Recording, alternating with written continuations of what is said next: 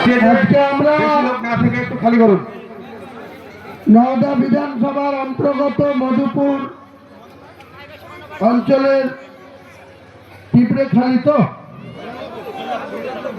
গোল্লাপুর ঘোষপাড়ায় উপস্থিত হতে পেরেছি, কিন্তু সকলের কাছে আমি প্রথমে ক্ষমা চেয়ে নিচ্ছি দেরিতে আসার জন্য। কারণ আজকে আমার শিডিউলের বাইরেও দুটো জায়গায় রাস্তায় মিটিং করতে হয়েছে।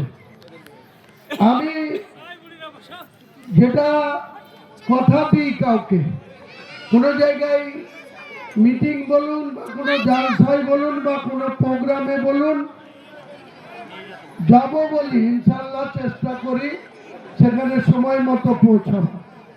কিন্তু আজকে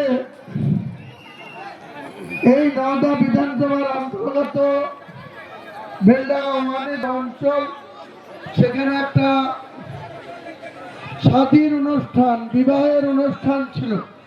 এটা আমার শিডিউলের বাইরে আমাকে করতে হয়েছে।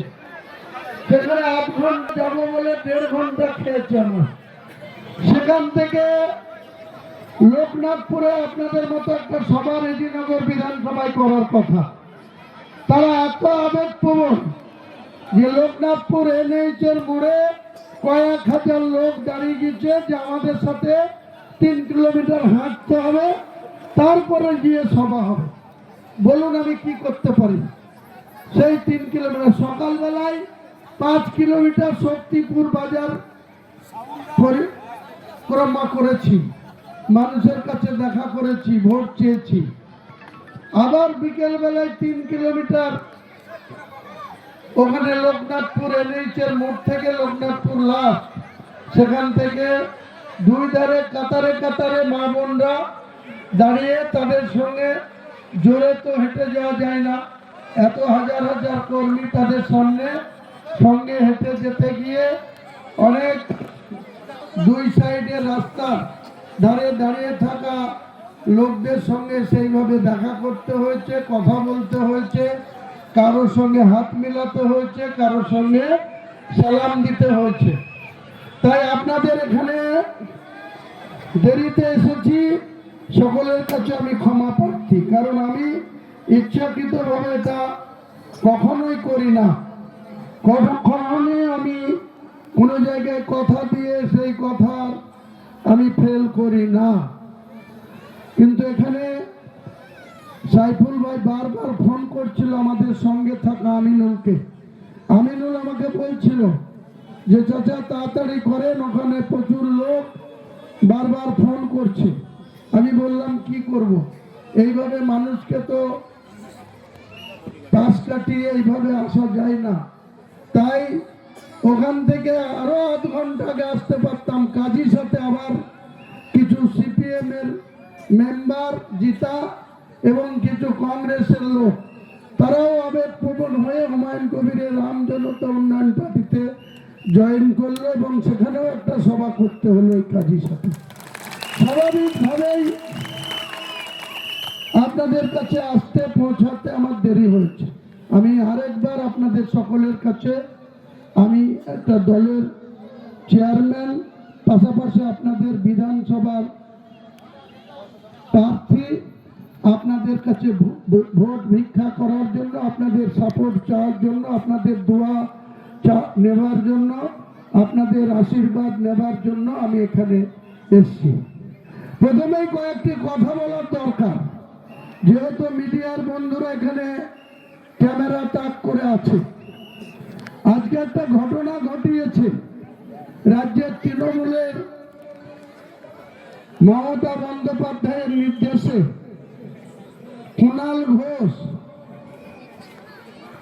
এবং ববি হাকিম, অরূপ বিশ্বাসরা একটা ভিডিও প্রকাশ করেছে। সেই ভিডিওটার কবে ডেট? 19শে ডিসেম্বর 2025। ভিডিওটা আমার বহরমপুরের ফ্ল্যাটের ছবি দেখানো হচ্ছে। 19শে ডিসেম্বর আমি ওই ফ্ল্যাটে ছিলাম, এটা আমি মেনে নিচ্ছি। আমার বহরমপুরের ফ্ল্যাটে আমি মাঝে বহরমপুরে কাজে গেলে, কোনো কর্মসূচিতে গেলে, কোর্টে গেলে, ডিএম অফিস গেলে, এসডি অফিস গেলে, আইসিআই স্কুলের সামনে অগ্নিবীণা ফ্ল্যাট বাড়ি আমার 2010 সাল থেকে ওখানে একটা ফ্ল্যাট আছে। আমার কলকাতাতেও রাজারহাটে একটা ফ্ল্যাট আছে, কলকাতাতে চিনারপাড়াতেও একটা ফ্ল্যাট আছে। সেটা আমি আমার মেয়েকে আমি দিয়ে দিয়েছি, জামাইকে দিয়ে দিয়েছি। দেওয়ার কথা ছিল না। আমার মেয়ের যখন বিধি 2017 সালের 22শে জানুয়ারি, আমি আল্লাহকে বড় করে বলতে পারি মুর্শিদাবাদ জেলায় এখনো অব্দি আমার মেয়ের বিয়ের যে অনুষ্ঠান হয়েছিল, একদিন না দুদিন, শুধু মুসলিমদের জন্য একটা অনুষ্ঠান হয়েছিল। আমার মেয়ের বিয়ের ডেট 2017 সালের 22শে জানুয়ারি। সেদিন 10,000 লোককে আমি ইনভাইট করে খাইয়েছিলাম, 10,000। ঠিক তার পরের দিন অদিত চৌধুরী সহ হিন্দুদের জন্য বহরমপুরের ফ্রেম হোটেলে পরের দিন করে গিয়েছিলাম লালগোলায় আমার মেয়ের বিয়ে হয়েছে। তো আমার মেয়ের বিয়েতে 76টা কর্পিউ গাড়ি নিয়ে বহরমপুর থেকে আমার বাড়ি মানিকগড় মোড় 33 কিলোমিটার, বহরমপুর থেকে ছেড়েছিল গাড়ি, মানিকগড় মোড়ে পৌঁছেছিল, তাও বহরমপুরে লাইন ছিল। 76টা কর্পিউ গাড়িতে বরযাত্রী এসেছিল। 76, 8 ধরতে হবে না, 6 ধরেন, তাহলে কশো বরযাত্রী এসেছিল আপনারা ভাবুন। সেই বরযাত্রীর আলাদা ব্যবস্থা ছিল, 5টা প্যান্ডেল ছিল। একটা প্যান্ডেলে 250 জন একসঙ্গে খেতে বসতে পেরেছে, একটাতে 180 জন, একটাতে 160 জন, একটাতে 150 জন, একটাতে 140 জন একসঙ্গে সারাদিন 10,000 লোককে খাইয়েছিলাম। আমি কোনো মুসলমানের সঙ্গে আজ পর্যন্ত আমার 63 বছর বয়স, কোন মুসলমানের কোন বেইজ্জতি আমি আমার লাইফে কোনদিন সহ্য করিনি। আপনারা দেখেছেন 2024 সালের ডিসেম্বরে আজকে যে বিজেপির নেতা, একসময় তৃণমূলের এই জেলার অবজারভার ছিল, 2015 সালের 28শে ফেব্রুয়ারি এই শুভেন্দু অধিকারীকে তৃণমূল, এই তখন এমপি, ওকে এখানে এই জেলা, পাশের মালদা জেলা, উত্তর দিনাজপুর জেলার অবজারভার করেছে। 16 সালে আবারও বিধানসভায় দাঁড়িয়ে নন্দীগ্রাম থেকে বিধায়ক হয়ে ট্রান্সপোর্ট মিনিস্টার হয়। তার আগেই কিন্তু 28শে ফেব্রুয়ারি 2015 আমাকে 26শে ফেব্রুয়ারি 2015 মহাসচিব, জেলখাটা আসামি পার্থ চট্টোপাধ্যায়, এই অভিষেক বন্দ্যোপাধ্যায় এমপি হয়েছিল প্রথম 2014 সালে ডায়মন্ড হাওড়া। তার আগে 9 সাল থেকে 14 প্রায়ত সমেন মিত্র কংগ্রেস নেতা, তিনি এমপি ছিল ওখানকার। তো সেই সময় বিনা কারণে আমাকে মমতা ব্যানার্জি এই দল, অভিষেক ব্যানার্জি, জেলখাটা আসামি পার্থ চট্টোপাধ্যায় তৎকালীন মহাসচিব, তারা আমাকে মিডিয়ার মাধ্যমে 6 বছরের জন্য বহিষ্কার করেছিল। আমি যে কংগ্রেসটা 2011 সালের নির্বাচনে এই নওদা কেন্দ্রে আবু তাহের খান এমএলএ 2001 সাল থেকে, নওদা তখন 10টা অঞ্চল আর আমাদের বেলডাঙ্গা 2 এর 6টা অঞ্চল, কাশীপুর, আঙলবেড়ে 1, 2, রামপাড়া 1, 2, আর আমাদের গঙ্গার ওপারে আমার বাড়ি থেকে 3 কিলোমিটার দূরে শক্তিপুর, টোটাল 6 আর এখানকার 10, 16টা অঞ্চল নিয়ে তখন নওদা 61 বিধানসভা ছিল। 2001 সালে পঞ্চায়েত সমিতির সভাপতি ছিল তাহের, তার সঙ্গে নির্দল নিয়ে বাস চিহ্ন নিয়ে দাঁড়িয়েছিল। আজকে সাইনা মমতাজ, তার শ্বশুর নাসিরউদ্দিন খাঁ, তিনি তৃণমূলের প্রার্থী ছিল। আমার বাড়িতে গিয়ে হাত ধরে তিনি কেঁদেছিল। আমি সেদিন অজিত চৌধুরীর কথা রাখতে গিয়ে আবু তাহের খানের পক্ষে ভোট করেছিলাম। প্রণব মুখার্জি আর মমতা ব্যানার্জির মধ্যে 2001 সালে যে কংগ্রেস আর তৃণমূলের জোট হয়েছিল, সেই জোটকে অধীর চৌধুরী মান্যতা দেয়নি। তাই হরিয়ারপাড়া, নাওতা, ভরতপুর, ভগবানগোলা অনেক কোটি 8টা সিটে সেদিনকে জোটের বিশ্বাসযোগ্যতা নষ্ট করে অধীর চৌধুরী কিন্তু এই আবু তাহেরকে বাস চিহ্ন নিয়ে দাঁড় করিয়েছিল। আপনাদের নওদাতে জয়ন্ত বিশ্বাসের তখন আরএসপির প্রার্থী, তিনার কাছে প্রায় 1300 ভোটে পিছিয়ে ছিল আবু তাহের খান।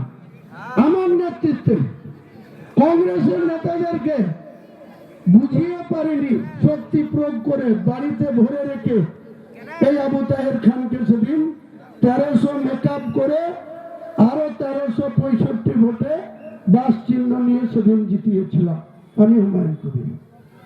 আজকে এত কথা বলতে হচ্ছে। ববি হাকিম, যাকে আমি মুসলমানই মানি না, তার বাপ ছিল বিহারি মুসলিম, বিহারের গয়াতে জন্মগ্রহণ করেছিল। তার মা কলকাতায়, মমতা ব্যানার্জির মা গায়ত্রী ব্যানার্জির আপন মাস্তুতো বোন। তার সে মৌলানা আজাদ কলেজের অধ্যাপিকা, তার সাথে ববি হাকিমের বাপ বিহারি মুসলমান, সে বিয়ে করেছিল। তাহলে পোল্ট্রি মুরগি যেমন ক্রস হয়, ববি হাকিম কিন্তু ক্রস। একদিকে তার মা হিন্দু, ও নিজে মুসলিম, বিহারের গয়ার মুসলমানের ওই জন্ম। আজকে ব্যানার্জির নির্দেশে, অভিষেক ব্যানার্জির নির্দেশে ববি হাকিম, অরূপ বিশ্বাস আর কুণাল ঘোষ না ছিনাল ঘোষ, এই ছিনাল ঘোষ, এই কুণাল ঘোষ একদিন আজকে যে সুদীপ্ত সেন 13 বছর পরে জামিন পেয়ে বেড়ালো, যার বিরুদ্ধে 26টা কেস দিয়েছিল, 24টা কেসে আগেই জামিন হয়েছিল এই 12 বছরে। গতকাল 2টো কেস পেন্ডিং ছিল, সেই কেসের হাইকোর্টের ডিভিশন বেঞ্চ জামিন দেয়। আজকে সে 13 বছর পরে সুদীপ্ত সেন, সারদার যিনি নায়ক দেবযানী মুখার্জি আর সুদীপ্ত সেনকে কোথা থেকে অ্যারেস্ট করা হয়েছিল, কবে অ্যারেস্ট করা হয়েছিল? 5ই ডিসেম্বর 2012। সেদিন আমি এই মমতা বন্দ্যোপাধ্যায় সরকারের 21শে নভেম্বর 2012 সঞ্জয় মিত্র চিফ সেক্রেটারি ছিল, মমতা বন্দ্যোপাধ্যায় মুখ্যমন্ত্রী ছিল, কে আর নারায়ণ রাজ্যপাল ছিল। আমাকে পানি সম্পদ দপ্তরের, বিকাশ উন্নয়ন দপ্তরের প্রতিমন্ত্রী করেছিল। প্রথমেই আমার সঙ্গে মিথ্যাচার করেছিল। আমি মন্ত্রী হতে চাইনি, আমি কেবল তৃণমূল কংগ্রেস ছেড়ে তৃণমূলে জয়েন করেছিলাম। আমাকে মন্ত্রিসভায় স্থান দিয়েছিল। মমতা নিজে আমার সঙ্গে মিথ্যাচার করেছিল। আমাকে বলেছিল, তুমি ভালো ছেলে, তুমি কাজের ছেলে, তোমাকে আমি অনেক দিন থেকে চিনি, কংগ্রেস করতে তখন থেকে চিনি, তোমাকে আমি মাইনরিটি দপ্তরের, মাদ্রাসা শিক্ষা দপ্তরের মন্ত্রী করব। কিন্তু শপথ করে নেওয়ার পরে আমাকে গরু ছাগলের মন্ত্রী করেছিল।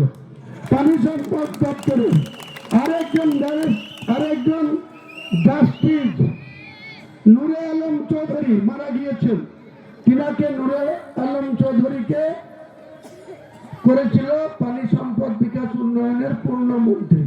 তা আমাকে যেদিন শপথ নিয়ে এলো 21শে নভেম্বর 2012, সেই দিন রাত্রেবেলায় যখন বন্টন করে দিল দপ্তর, তখন আমাকে নূরে আলম চৌধুরী সাহেব বলেছিল যে ভাই, আমারই কোনো কাজ দেয় না মমতা ব্যানার্জি, আমার পিছনেই যে আমার প্রিন্সিপাল সেক্রেটারি তাকে লাগিয়ে রেখেছে, আমাকে কোনো কাজ করতে দেয় না, ফাইল সই করতে দেয় না, আপনাকে আবার আমার পিছনে লাগিয়ে দিল, আপনার আবার কি কাজ থাকে?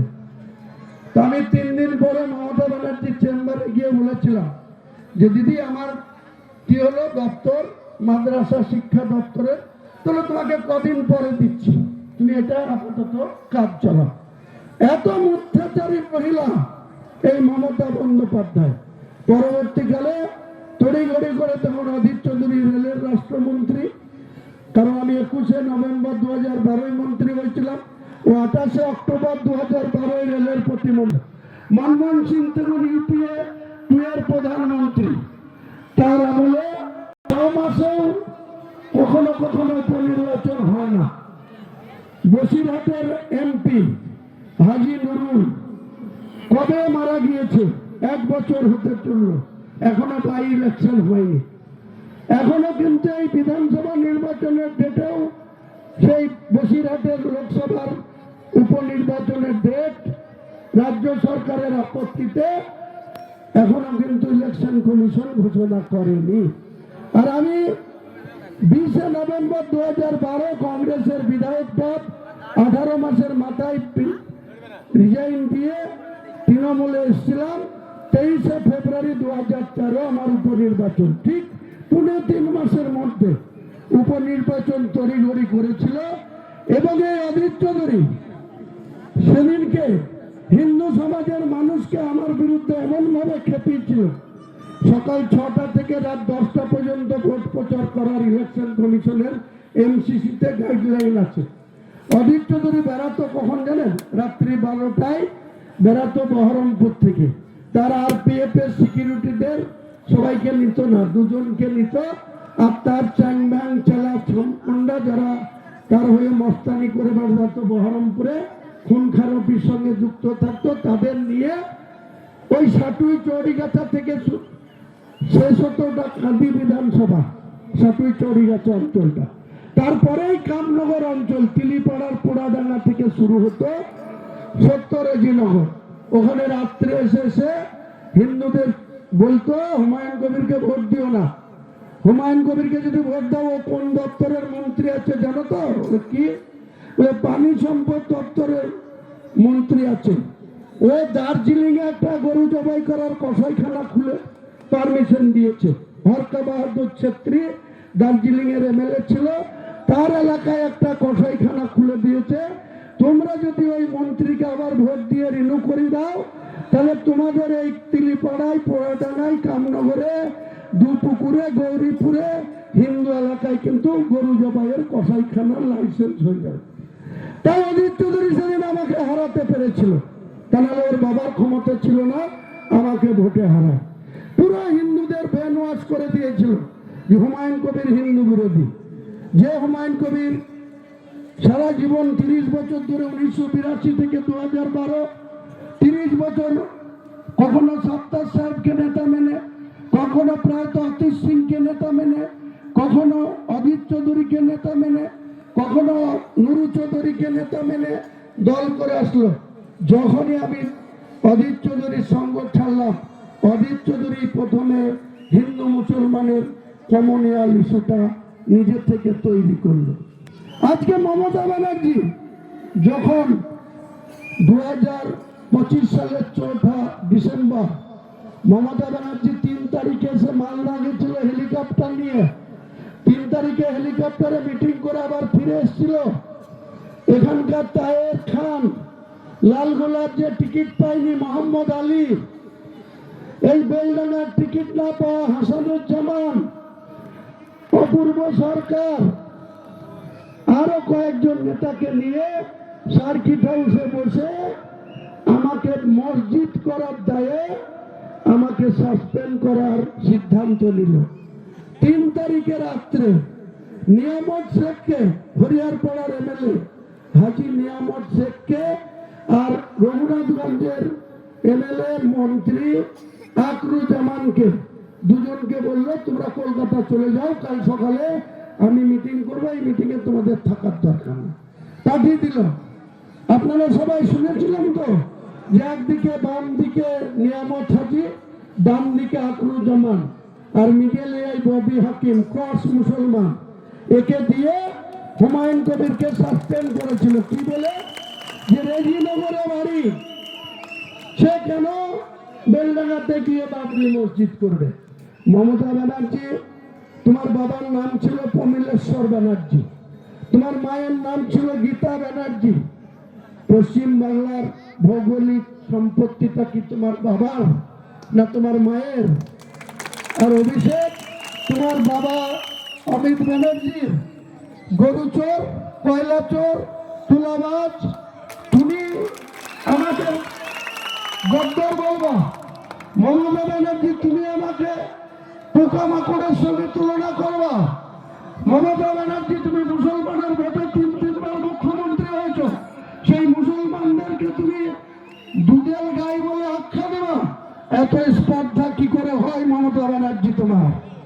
যখন হুমায়ুন কবিরকে মসজিদ করার দায়ে সাসপেন্ড করা হলো, আমি সেই দিন 10 মিনিটের মাথায় স্টেডিয়াম থেকে বেরিয়ে ইলেকট্রনিক্স মিডিয়ার বন্ধুদের বলেছিলাম, মুসলমানরা এর বদলা নেবে। এই অপমানের হুমায়ুন কবিরকে অসম্মান করার বদলা শুধু মুর্শিদাবাদ না, বাংলার মুসলমান না, গোটা ভারতবর্ষের মুসলমানরা এই 1992 সালের 6 ডিসেম্বর বাবরি মসজিদ ভেঙে ফেলার জন্য মাত্র ভারতবর্ষের 100 কোটি হিন্দু সনাতনী মানুষের মধ্যে 5 লাখ মানুষ সেদিন বিজেপির নেতা মুরলীমোহন যোশী আর এল.কে. আদবানির নেতৃত্বে 5 লাখ হিন্দু কিভাবে সকাল বেলায় সূর্যের আলোতে শুরু করেছিল। ভারতবর্ষের প্রধানমন্ত্রী ছিল পি.ভি. নরসিংহ রাও, ভারতবর্ষের সেই প্রধানমন্ত্রীর ক্যাবিনেটের প্রতিমন্ত্রী ছিল আজকের মুখ্যমন্ত্রী মমতা ব্যানার্জি, ক্রীড়া ও যুব কল্যাণ দপ্তরের প্রতিমন্ত্রী। প্রতিবাদ করেছিল। এই মিথ্যাচারী মহিলা ক্ষমতায় আসার পর প্রতি বছর 6 ডিসেম্বর কালা দিবস পালন করে। এটা ওর বাহানা, এটা আর মুসলমানদের সঙ্গে প্রতারণা। ওটার ভেতরটা হচ্ছে পুরো আরএসএস। আমি আজ জোর গলায় বলছি, মমতা ব্যানার্জির সঙ্গে আরএসএস এর কোনো তফাৎ নেই। মোহন ভগবতের সঙ্গে মমতা ব্যানার্জির কোনো পার্থক্য নেই। আজকে যখন সরাসরি নওদার মানুষ, রেজিনগরের মানুষ, দমকলের মানুষ, জলঙ্গির মানুষ, ফারাক্কার মানুষ, বিভিন্ন বিধানসভার মানুষ, এমনকি জেলার বাইরে মালদার মানুষ, উত্তর দিনাজপুরের মানুষ যখন হুমায়ুন কবিরের কথা শুনছে, তখন 19শে ডিসেম্বর 22শে ডিসেম্বর আমি 2.5 লক্ষ মানুষ নিয়ে জনতা উন্নয়ন পার্টি খুলেছিলাম। ইলেকশন কমিশন পরে এটা যোগ করে দিয়েছে, আম জনতা উন্নয়ন পার্টি। রেজিস্ট্রেশন 31শে ডিসেম্বর 2025। আর আমি এই হুইসেলটা পেয়েছি ইলেকশন কমিশনের কাছে 24শে মার্চ 2026। তাহলে আজকে 9 এপ্রিল একটা অভিষেক বন্দ্যোপাধ্যায় একটা ছেলেকে দিয়ে 2.5 লক্ষ টাকা দিয়ে একটা ইউটিউব খুলেছে। কবে? গতকাল 8ই এপ্রিল। 8ই এপ্রিল একটা ইউটিউব চ্যানেল খুলেছে। সেই চ্যানেল থেকে আজকে হুমায়ুন কবিরকে বলা হচ্ছে আমি নাকি মুসলমানদের সঙ্গে বেঈমানি করছি। কি করে? আমি বাবরি মসজিদ করার সেন্টিমেন্ট দিয়ে আমি বিজেপির সঙ্গে অর্থনৈতিক ডিল করেছি। ভারতবর্ষের প্রধানমন্ত্রী নরেন্দ্র মোদী নাকি আমার সঙ্গে 1000 কোটি টাকার ডিল করেছে। আরে মূর্খ অভিষেক, এই টাটাস ববি হাকিম হুমায়ুন কবির চলে যাবে, তবে হুমায়ুন কবির মুসলমানদের সঙ্গে কোনোদিন বেঈমানি করবে না। আপনারা বসেননি বাবরি মসজিদের জন্য লখনৌ থেকে রাজু দাস বলে একজন আমার গদ্দলের 1 কোটি টাকা দাম ডিক্লেয়ার করেছিল। আপনারা শোনেননি? আপনারা অর্জুন সিং ব্যারাকপুরের প্রাক্তন এমপি, তৃণমূলের প্রাক্তন এমএলএ অর্জুন সিং বলেনি যে অযোধ্যায় যেভাবে মসজিদ ভেঙেছি তুমি বানাও, আমরা বেলডাঙ্গায় গিয়ে মসজিদ ভাঙবো। আমি কি বলেছিলাম? এই অর্জুন সিং, তোর বাপের ক্ষমতা থাকলে 1 কিলোমিটার দূরে এসে দেখা, তোকে 10 ফুট গর্ত করে জেসিপি দিয়ে জ্যান্ত পুঁতে দেবো। বলেছিলাম কি বলিনি? সেই হুমায়ুন কবির মুসলমানদের সাথে কোনো কিছুর জন্য আপোষ করতে পারে? আপনাদের বিশ্বাস হয়? আমি আমার জীবন চলে যাবে, আমি মুসলমানদের অপমান আমার বেঁচে থাকতে আমি সহ্য করব না। এই শুভেন্দু অধিকারী 2024 সালের 12ই ডিসেম্বর কলকাতার বিধানসভার সামনে দাঁড়িয়ে বলেছিল মুসলমান এমএলএ যে কটা আছে তাদেরকে চাংদোলা করে বের করে রাস্তায় ছুঁড়ে ফেলবো। এই এখানকার এমএলএ সাইনা মমতা, রেজিনগরের এমএলএ রবিউল, বেলডাঙ্গার এমএলএ হাসানুজ্জামান, ওই সুতির এমএলএ ইমানি বিশ্বাস, যাকে টিকিট দেয়নি ফারাক্কার এমএলএ মনিরুল, আপনারা কেউ দেখেছিলেন যে প্রতিবাদ করেছিল? একটাই বাঘের বাচ্চা প্রতিবাদ করেছিল, তার নাম হুমায়ুন কবির। বন্ধুকে বলেছিলাম একটা যদি তুই চাংদোলা করতে পারিস তোকে আমি বিধানসভার ভিতরে ঠুসে মারব। বলেছিলাম কি বলিনি? বিজেপির সাথে হুমায়ুন কবির কোন চুক্তিতে যেতে পারে? আপনাদের কারো বিশ্বাস হয়? আমি হুমায়ুন কবির মুসলমানের ঔরসে জন্মেছি, মুসলমানের মায়ের গর্ভে জন্মেছি, এখনো আমার মা জীবিত আছে। আমার সুগারের জন্য আমি রসগোল্লা খেতে পাই না, চিনি ছাড়া লাল চা খাই। আর আমার মা 99 বছর বয়স, এখনো 5 ওয়াক্ত নামাজ পড়ে ডেলি 6টা করে রসগোল্লা খায়। আর আমাকে বলছে আমি নাকি মুসলমানদের সাথে গদ্দারি করেছি, মুসলমানদের ইমোশনালকে নিয়ে কাজে লাগিয়ে আমি নাকি 1000 কোটি টাকার ডিল করেছি। আরে ভারতবর্ষের প্রধানমন্ত্রী এত বোকা, হুমায়ুন কবির যখন সাচ্চা মুসলমান তার পার্টির অর্জুন সিংকে পুঁততে চায়, তার লিডার অফ দ্য অপোজিশনকে ঠুসো মারতে চায়, আর তার সঙ্গে তারা টাকা দিয়ে ডিল করবে? এটা হতে পারে কোনোদিন? এরা সোজাসুজি এই যে আম জনতা মানুষ রাত্রিতে হয়ে গেছে, তাও আপনারা কেউ হুমায়ুন কবিরের জন্য ওয়েট করছেন। এই যে ভালোবাসা, এই যে সমর্থন, এটাকে অমর্যাদা করার জন্য তারা এআই ভিডিও বানিয়েছে।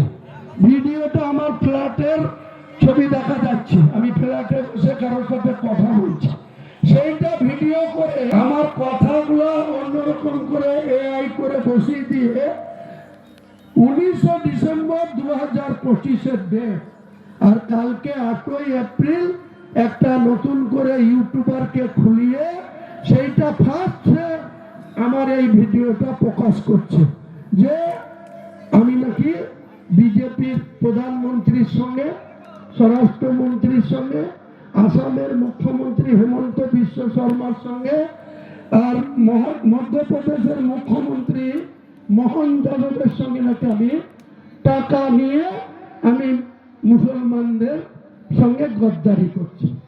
আমি না খেয়ে মরে যাব, শহীদ হয়ে যাব, তবুও কোনো মুসলমানের সঙ্গে হুমায়ুন কবির গদ্দার হয়ে কবরে যাবে না। এই কোষ ববি হাকিম, এই অভিষেক বন্দ্যোপাধ্যায়, তোর বাপের ঠিক আছে? তোর মায়ের ঠিক আছে? তুই কোথায় জন্মেছিস? তোমার ঠিক আছে? তোরা দিল্লি থেকে 5-6 জন মুসলমানকে, দাড়িওয়ালা আর টুপিওয়ালা মুসলমানকে নিয়ে এসে বেলডাঙ্গায় বহরমপুরে রেখে আমার বিরুদ্ধে গত 3 দিন আগে একটা কেস করেছে। আমি নাকি মুসলমানদের সেন্টিমেন্ট নিয়ে খেলছি, এখানে যে কোনো টাইমে নাকি আমার বক্তব্যের পরিপ্রেক্ষিতে দাঙ্গা হতে পারে, তাই আমার বিরুদ্ধে অনলাইনে এফআইআর করছে। কোথা থেকে? দিল্লি থেকে। আর রেজিনগরের ওসি সেটাকে আবার অ্যাকসেপ্ট করে আমার বিরুদ্ধে এফআইআর করে দিচ্ছে। কাজ খোলা, আমি কোন রেজিনগরের ওসির এফআইআর মানি না, কোন বেলডাঙ্গার ওসির তলবে হাজিরা দেব না, কোন নৌকা